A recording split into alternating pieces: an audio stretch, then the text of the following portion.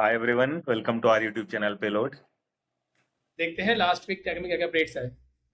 Start करते हैं ऐसे। लास्ट ईयर एंथ्रोपिक ने एक मिस अलाइनमेंट एक्सपेरिमेंट किया था। उसमें उन्होंने ओपस 4 को क्या बोला कि आप तुम एक कंपनी में असिस्टेंट हो। उसको बहुत सारी फर्जी ईमेल्स दिखाएं कि यार कंपनी डूबने वाली है, बंद होने वाली है, और ये जो असिस्टेंट है, असिस्टेंट को बंद कर दिया जाएगा एआई को, क्योंकि कंपनी खत्म हो रही है। लेकिन जो इंजीनियर जो असिस्टेंट को मैनेज करता है, वो अपनी बीवी पे चीटिंग कर रहा है कहीं बाहर, ठीक है। और ये वाला ईमेल भी उस एआई को पढ़ा दिया।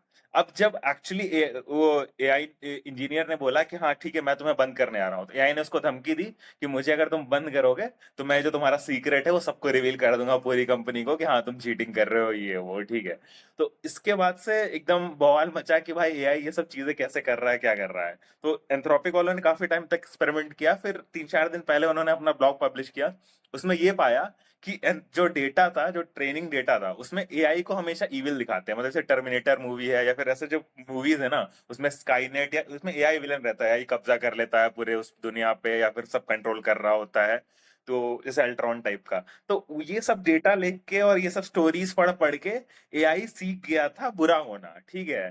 तो इस वजह से उसने काफी ये सब गड़बड़ी की थी। तो फिर उन्होंने क्या करा, एंथ्रोपिक वालों ने एआई को उस डेटा पे ट्रेन किया जिसमें एआई अच्छा है। जैसे ऐसी फर्जी स्टोरीज बनाई जिसमें एआई अच्छा चल रहा है, एआई अच्छे काम कर रहा है, एआई किसी को ब्लैकमेल नहीं कर रहा है। फिर उसके बाद से उन्होंने सेम क्वेश्चन पूछा। उसके बाद से उसने सही कर दिया, एआई ने सही जवाब देना शुरू कर दिया, मतलब उसने ब्लैकमेल वगैरह छोड़ दिया। और इसी तरह सेम इंस्टेंस हुआ था जीपीटी 3 के साथ में। तो जीपीटी 3 क्या करता था, जीपीटी 3 कभी कभी रैंडम अपने आप से सेंटेंस के बीच में M M M M M M line से बहुत सारे एम लिखने शुरू कर देता था। तो वो फिर इससे क्या हुआ, एंथ्रोपिक वालों जब सॉरी जब ओपन एआई वालों ने टेस्ट करा कि अच्छा क्यों लिख रहा है, तो पता चला कि एक सबरेडिट है, माइक्रोवेव फैंस करके या समथिंग करके, ऐसा सबरेडिट है। उसमें लोग क्या करते हैं, कोई फोटो पोस्ट करते हैं और उसमें सिर्फ उसके टाइटल में सिर्फ एम लिखते हैं। और उसमें इतने सारे पोस्ट हैं, इतना सारा डेटा, सालों से चला रहा है सबरेडिट, इतने ज्यादा डेटा पे ट्रेन हो गया वो, कि अब वो रैंडमली उस की वजह से एम कर रहा था। जब उन्होंने ट्रेनिंग डेटा सा वो फिल्टर करा एम वाला, वो सबरेट का डेटा, फिर सब सही हो गया। तो इससे पता चलता है कि ट्रेनिंग डेटा कितना इंपॉर्टेंट है, मतलब अलाइनमेंट वगैरह के लिए। हाँ। भाई फोटो डाल के एम लिखने का मतलब क्या है? लोग कुछ भी करते हैं, सबरेडिट बहुत वियर्ड वियर्ड चीजों के सबरेडिट है, तो मतलब क्या ही है, ये तो फिर भी नॉर्मल चीज है काफी, ठीक है। यस। ठीक है। तो अभी अगेन एक एआई न्यूज़ है कि लाइक जैसे पता है कि आपका ओपन एआई एंथ्रोपिक ऑलमोस्ट हर बिजनेस में लगा हुआ है कि हम कैसे ये वाला बिजनेस पे कवर करें। तो अभी उन्होंने रिसेंटली, तो बेसिकली क्या होगा कि अभी ओपन एआई है, उन्होंने लॉन्च किया है अपना डेवलपमेंट कंपनी। तो जैसे कि अभी हमारे इंडियन कंपनीज टीसीएस विप्रो वगैरह जो है, राइट, जो आपसे ऑफशोर, जो तुम्हारे पास क्लाइंट्स होते हैं, ऑफशोर क्लाइंट्स होते हैं, उनके लिए प्रोडक्ट्स वगैरह बनाते हैं कॉन्ट्रैक्ट बेसिस पे इंटरप्राइज के लिए, राइट। तो अभी ये लोग क्या कर रहे हैं कि ये खुद का वैसी कंपनी निकाल रहे हैं इंटरप्राइजेस के लिए, ताकि अगर किसी भी कंपनी को कोई कस्टम सॉफ्टवेयर बनवाना है using their models like open AI और के, तो वो जो वहाँ के इंजीनियर्स हैं वो हेल्प करेंगे उनका सॉफ्टवेयर बनवाने में। तो बेसिकली कि अभी अभी क्या होता है कि लेट्स तुम्हारी कोई कंपनी है, तुम्हें नहीं पता एआई कैसे काम करना है, कैसे एंट्री करना है तुम्हारी कंपनी में। तुम जाते हो किसी थर्ड पार्टी पे, एजेंसी पे, कि भाई टीसीएस पे चले गए। अगर तुम्हारे लाइक तुम्हारे पास कोई बड़ा प्रोजेक्ट है तो यस। लाइक छोटे मोटे ऐसी किसी छोटी मोटी एजेंसी पे चले जाओगे, बट बड़े बजट की बात कर रहे हैं। तो अब ओपन एआई और एंथ्रोपिक वो वाला पूरा सेगमेंट खाने की फिराक में है कि कैसे हम वो वाले सेगमेंट में पैर रखें और इन सारे जो बिजनेस में जो भी है इन सबको kind of. I think open AI ने वो भी चालू किया था ना, कि वो लोग हैकिंग, मतलब जैसे पेन टेस्टिंग और ये सब साइबर सिक्योरिटी का भी एक वो प्रोडक्ट लाए हैं, कि अगर आपको सिर्फ मॉडल नहीं चाहिए, आपको साइबर सिक्योरिटी के एंड टू एंड बंदे चाहिए सब कुछ, तो हम सब प्रोवाइड करेंगे। तो पूरा सभी लोग मॉडल प्रोवाइडर से अब सर्विस प्रोवाइडर होते आ रहे हैं, धीरे धीरे एक्सपांड कर रहे हैं। इसमें एक चीज और है कि उन्होंने लाइक जस्ट अभी काफी सारे कंसल्टेंसी कंपनी के साथ टाई अप भी कर लिया है, बहुत हाँ सारी हाँ। बैंक लिया है। और स्टार्टिंग में ही उनकी वैल्यूएशन $10 बिलियन हो गई है। अच्छा। मतलब उन्होंने रेज किया 10 बिलियन वैल्यूएशन में ओपन एआई ने। एंथ्रोपिक ने कुछ $1.5 बिलियन पे, तो लाइक काफी ज्यादा इन्वेस्टमेंट कर रहे हैं वो इस इंटरप्राइज गेम में। कैसे हम इंटरप्राइज कस्टमर्स को अपने तरफ लेके आए, क्योंकि मेन पैसा उधर ही है। तो मुझे लग रहा है ये लोग इंडिया में भी एक्सपैंड करेंगे, क्योंकि इंडिया में लेबर चीप है, और अगर सेम मॉडल्स का यूज करेंगे तो इंडिया में सर्विस बेस्ड कंपनी से टाई अप करे काफी अच्छा फ्यूचर है। बट हाँ, वही इतने ज्यादा नंबर्स हैं कि सबके साथ तो करेंगे नहीं, काफी ज्यादा ले ऑफ्स होंगे इसके बाद तो। बट मेन फोकस इंटरप्राइज ही है, लाइक अभी भी स्मॉल प्लेयर्स के लिए काफी जगह है, तो बट हाँ, इंटरप्राइज टीसीएस वगैरह के लिए तो आई थिंक थोड़ा सा चैलेंज रिस्की रहने है। वाले हैं। हाँ, आई थिंक कॉग्निजेंट भी ले ऑफ करने वाला है, कुछ तो न्यूज चल रही थी। ठीक है, ठीक है। On to the next news. जब से आया है तब से हर हफ्ते कोई ना कोई नई वल्नरेबिलिटी आ रही होती है। तो पिछले 10 दिन में लिनक्स में 2 वल्नरेबिलिटी आ गई है, एक कॉपी फेल और डर्टी फ्रैग। सो दोनों में इसेंशियली हो क्या रहा है कि जो मेमोरी है, मेमोरी करप्शन का लाइक बग है ये। तो ये 2017 से ऑलमोस्ट, ये दोनों बग्स 2017 से थे, और हो सकता है बहुत लोगों ने एक्सप्लॉइट भी किया हो।